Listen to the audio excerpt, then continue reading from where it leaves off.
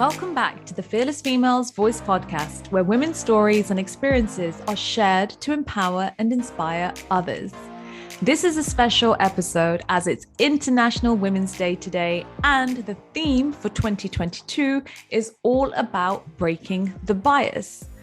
This theme has a special place in my heart because it's one of the reasons why I actually started Fearless Females. It's to support women in overcoming biases such as gender, racial, cultural, and societal. Imagine a world where women are treated as equals to men, where people are more accepting of the things which women do, which are currently taboo topics, and there are no female stereotypes. That's what I want for the future generations of females coming through to experience. But the key thing here is that it all starts with us, with me, and with you. A world won't change until we unite and work towards this common goal, whether it's in our community, the workplace, our family, or schools. There's so much education that we still have to learn and also give in order to make this message happen. On this podcast, I want to celebrate women and also raise awareness to certain issues which still exist using my own experiences. I recognize that there are so many biases against women in this world, and we are dealing with them, and some women are dealing with them silently. I love speaking to my mum and her sisters about how things were so different back in their day when they were growing up. My mum is one of 10 siblings and she has 6 sisters. They were born and raised in Africa, and when they were growing up, it was the norm to get married young. I mean, if we're talking about norm, I'm thinking back in my grandma's day as well. So this is even generations back in the day. They were getting married at the age of 14 or 16 in India. And this was the norm. Young girls were just sent off to be married, and it was arranged marriages. And sometimes they were getting married to much older men as well. Marriage was the purpose of their life. Arranged marriages were the thing. And the women were also thrown into the deep end to marry someone they had just met or gotten to know for a short period of time. And then that's it. They're married and the kids are expected to come. Some women in my mum's generation had it worse than others. Some of my aunts had love marriages, which was really inspiring and incredible to see because majority of my friends in the South Asian background community have not really had parents who have had love marriages. My grandma from my mum's side was very liberal to a certain degree. And she allowed my mum and her sisters to study, to work, and to do their own thing. Arranged marriages are still a thing in certain countries, and young girls are forced into marriage because that's when they are believed is the only thing that's good for them, to get married and raise children. And I'm really fortunate that my mum, although it wasn't a love marriage, she did actually meet my dad and they were able to date for a little while before saying yes. So it wasn't quite as easy as being like, hey, here's a guy, you say yes there and then on the spot.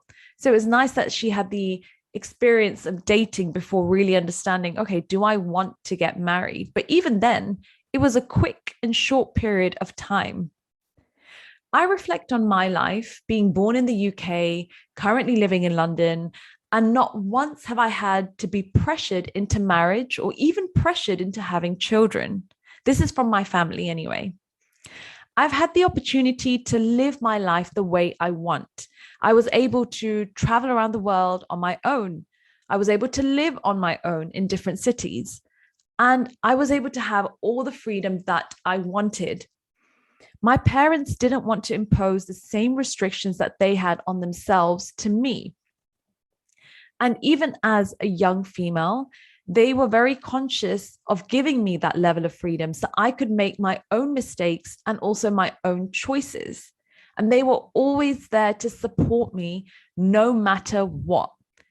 I remember any little thing that went wrong, any little mistake that I had made in the past when I was growing up, they never once told me off for it. It was more of a learning experience that we talked through. And this has helped shape me to be who I am today. I was raised and I had with a brother. So I had a brother and I had many male cousins. And it was great to see that we all had the same level of freedom. Whatever they had, I was able to have. So it was lovely knowing that I could experience that as a female, the same things that the guys experienced. And that's what I'm going to be taking on with me to next generations. I feel really blessed to have such a liberal family and blessed that I've also married into one. I know so many women who struggle with their mother-in-laws. Let's talk about that topic because I talk about it with my mother-in-law. And it's really funny because it's a topic that we speak about often. And she's very liberal and allows me to have all the freedom that I want. And she doesn't really actually know what's happening in this world with women my age who go into families. She sees it as, wow, does that still happen? All the things that I say to her. And I think, yes, it does, because I've spoken to many of you who haven't had the best experiences with mother-in-law, which I'll talk about in a minute. But my mother-in-law is my second mum and has taken me in like I'm her own. She's incredible in every way, and her strength and intelligence really inspire me. But not all women, as I said, have it like this. Some women are bullied by their mother-in-laws and they don't always share the best relationship with them. I've heard from many of you stories of marriages which are breaking because of the mother-in-law. And I can completely see why. We need support from older generations. We don't need them to put us down or put restrictions on us just like they had. Times are moving on and they need to be doing this as well, but not all of them are. These generations are the ones who should be paving the way for us and showing us what's right and wrong, and also what opportunities there are available for us. Which is why I'm so passionate about creating something special, bringing women together and supporting one another. One woman doing really well should inspire us all. It should make us feel like we can do this too. It's not there to bring hate or jealousy from us seeing other women do so well and the whole comparison thing. I love seeing other women thrive, especially my clients. Hearing their wins and everything they're accomplishing really makes my day. It makes what I do so worth it. And helping and supporting these incredible women is something that I just love doing. I want more and more women to support each other, because when we come together, magical things can happen. Even though I experienced this level of freedom, it doesn't mean that I had freedom in all areas of my life. I experienced discrimination in other areas. So I'm going to move on to career. When I started working, I was one of the only girls on my team, and this was out of hundreds of men working in my office. I mean, that goes with the territory of working as an engineer. So I was actually expecting this. I knew it was a heavily male-dominated environment. And luckily for me, because I'd grown up with my brother and my guy cousins, and also I was in an engineering degree in my course where majority of the people, I think 90% of my course were males, were guys. It didn't feel super scary for me entering this workplace with mainly men. I just thought to myself, I may have to prove myself harder. And this is what I was actually told before working as an engineer as well. So I had my first job working up north in a city in the UK where, in all honesty, they'd hardly ever seen colored people. So it was very new for them to be surrounded by someone like me. Majority of everyone, I'd say 99% of the people there, were super welcoming and curious to know more about me and my culture. But there was the one-off few people who had comments to make or were ignorant to my South Asian background. I remember a male colleague of mine once telling me, he said to me, "Oh, in person, I can completely tell that you're English and that you're born in the UK. But on the phone, you have an accent. I can definitely tell that you're not English or British. I remember when he told me that and I was like, what? Because I was born in the UK. I don't consider myself to have an accent. It may be a Midlands accent, which is where I'm born and raised. But when he made this comment, it made me think. It made me also feel a bit uneasy hearing that. And it questioned, what do I actually sound like on the phone? Do I sound different in person and on the phone? But then I was reflecting on it and I thought, you know what? Whatever accent I have, I'm proud of. And I want you to hear what I'm saying. And I want you to hear my accent. If there's an accent, then there is. Should it make a difference if someone hears me having an accent on the phone? I think not. And this is where the discrimination piece started building. And I was noticing a few things around the workplace. I also had a few comments around me leading a team of men. So I was in a position where I had a team working for me. Obviously, they were all male colleagues. I was constantly being asked about my relationships with my male colleagues. And I'm not talking about friendships. I'm talking beyond friendships. You know, there was gossip around the office. And this for me, again, just put me down a little bit because I'm thinking I'm working so hard and everyone's probably gossiping around how I'm being promoted or getting opportunities because not only am I female, but because I'm building non-friendly relationships with my colleagues, which was completely not true. And a couple of them were also making sexual jokes or making fun out of me as a woman in front of some contractors who I was managing. I remember when this first happened and it completely threw me off. I'd never heard anything like that. It was completely unprofessional and I didn't know what to say. It's the first time I remember actually not having anything to say. I was just in shock when I heard these comments. And luckily for me, another one of my male colleagues stood up for me and he said a comment back. And it took me some time to really understand what happened in that scenario. And it did impact me. And when I was reflecting, it made me realize that I could let this sort of comment throw me off. I could let this behavior throw me off. Or I could actually crack on. I could take it and give it back. And I decided to do the latter. My career was so important and still is so important to me. I'm trying to build something which my mom never had the opportunity to do in terms of education and career. And I didn't want any guy holding me back. In my more recent workplace, there were a few more biases and discrimination which I was experiencing. Firstly, there were hardly any women in senior positions, which was a complete shame, but it didn't even allow me to see the vision of where women could be in this company. So women coming in didn't have something to empower them or to inspire them to be like, right, this is a position that I want to be in. This woman's doing it great. And I didn't have that information. I didn't have that guidance of how to grow as a woman in this company to senior positions. The company were well aware of it. And they were actually doing something about it. They were talking about it as well. And they were trying to get more women in senior positions. But I remember when I first got my role in engineering, I remember thinking to myself, I was up against six other guys. And I thought, did I only get the role because I'm a female?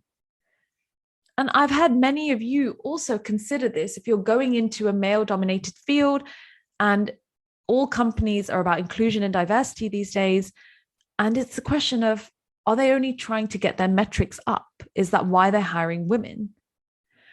But then I reflected back again and had to reassure myself that I'm there for a reason.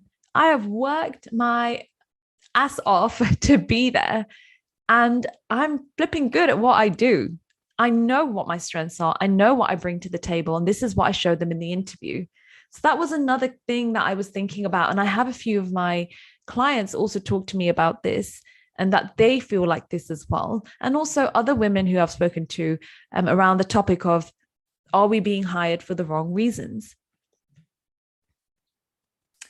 Another thing within the company that I was working on is women went on maternity leave. And when they came back, they always came back in a more senior position or received a promotion, regardless of how good they were to begin with. Now, this could be a coincidence, or they could have actually earned their way there with hard work. But I remember when these women were being promoted coming out of maternity leave, my male colleagues were talking about, oh, we'd love to go on maternity leave and get a promotion for doing nothing kind of thing. And they felt that was the only reason that they got their promotion, because they went on maternity leave and the company were doing them a favor almost, or to get their numbers up. I just thought this was wrong. And I felt the women deserved to be in those positions. And I would have hated if someone had said that about me. I faced the dilemma of entering a senior position versus having children. I've always been told that women can't have both. But why can't they? We're in control of what we do and how far we want to go. Having a child is something I've always factored into my career plan.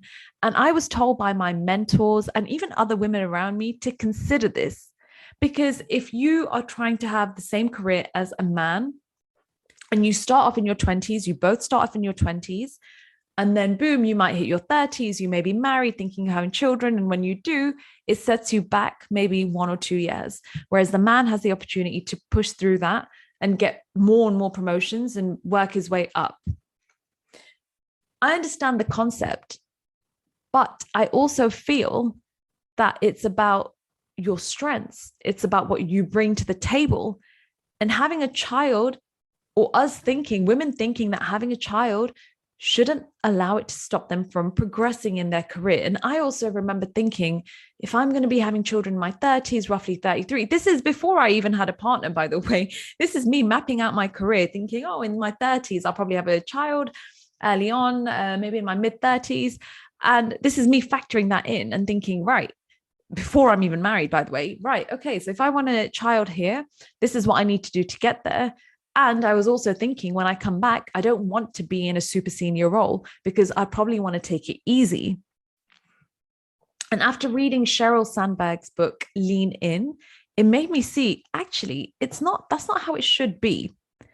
If women are going into maternity leave, they should come out of it in, if not the same position, a more senior position. We should be wanting that challenge when we come back. Otherwise, we'll probably end up just staying at home or not feeling as useful or not enjoying our career. So this is something I was also considering. I always wondered how it would work, having a child and building a career, and the truth behind it. I feel companies have a way to go about this, but there is more and more inclusion and diversity and understanding of women, maternity leave, and also now paternity leave. I've had the pleasure of speaking to many women on my podcast about their workplace experiences. And the common theme is that there is a lack of women in senior positions. And if they get to those positions, there is still discrimination in some sort towards them, whether they are not being taken seriously or not heard or listened to. It all comes back down to us women having to work harder in the workplace to be heard, to take control and push to make a change. I'd actually like to give a massive shout out to all the men who work as allies to women. Now, what I mean by this is, I'm talking about this openly, but actually there are so many men who get this topic. They understand it and they stand up for women within the workplace and they get more and more involved. This isn't one-sided, and it's only a select few who need the added education, but a lot of men are aligned to this messaging as well. And again, I'm very lucky to have such a supportive husband who completely gets this gender bias, discrimination, stereotypes, and works with me on it.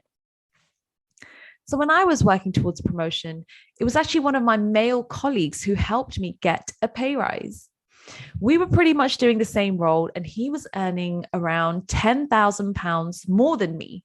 And I didn't really understand why, because salary was something that we never spoke about in the company. We were told to kind of keep it to ourselves, which I also get, but It was only once we started talking that I was like, wow, how are you getting paid £10,000 more than me? And then he told me something really interesting based on his experiences as a line manager. He said to me that when men go into their appraisals, which is basically an evaluation of how they've done over their performance pretty much, and if they're going into getting a promotion, they confidently push back and ask for more money. They fight for it and show the employer exactly what they're capable of and what they bring to the table so that they can earn more money. But women, on the other hand, don't seem to negotiate as much. They accept whatever salary is given to them and feel it's enough for whatever it is that they're doing. Even if they are working super hard, they've done wonders for the company, and they are kick-ass employees, they don't always fight for it. And that was me. I was in that boat. I was scared to ask for more money. And I was also a little nervous. I was thinking to myself, is it cheeky that I'm going in asking for more money, even though I felt I deserved it? Until I heard my colleague was earning more for the same role and his experiences with women and men in terms of getting pay rises, it made me think, I can actually potentially go in and try and get more money for this, because why am I putting myself down? So that's when it clicked, and it encouraged me to ask for more, which is exactly what I did. This request was then considered and went through. So it was pretty much a win-win. I showed my worth. So ladies, fight for your salary and what you do. And then it moves me on to women in business. There are more and more women who are coming into the business world, starting up their businesses, being entrepreneurs. And I think it's incredible, because this is what's going to give women flexibility in their schedules, flexibility with having children and working on their own terms. But it is bloody hard. And it's hard when you start up because you're doing every single role out there for your business. It's only you, unless you have a team working for you, which is a rare thing when you're starting off.